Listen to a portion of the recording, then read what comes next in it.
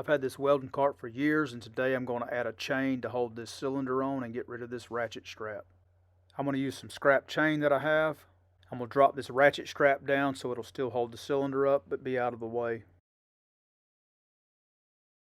I'm going to grab a hold of this with a pair of vice grips to make it a little easier to handle.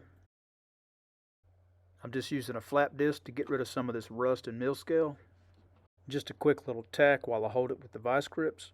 I'm going to knock the slag off of this tack with this wire brush. This cart has a 220 volt MIG machine sitting on it, but I'm actually just going to use a little 110 flux core machine because this is such a fast project and I don't want to have to cut the gas on just for a few minutes. Just going to knock the slag off of these welds real quick with a wire brush.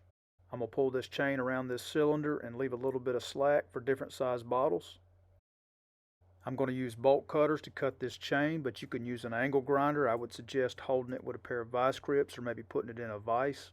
For the other side, I'm going to use this quick link, but if I didn't have one, I would just take another chain link and make a hook out of it. I'm going to get this thing tacked on. Knock the slag off our tack with the wire brush. Now we're going to get this quick link welded on. We got to make sure we hang it off enough so that it'll open up wide enough to get the chain hooked onto it. One final cleaning with the wire brush. Let's get this chain on here and lock it down. Get this old ratchet strap off of here.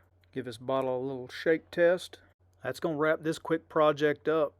Catch you on the next one.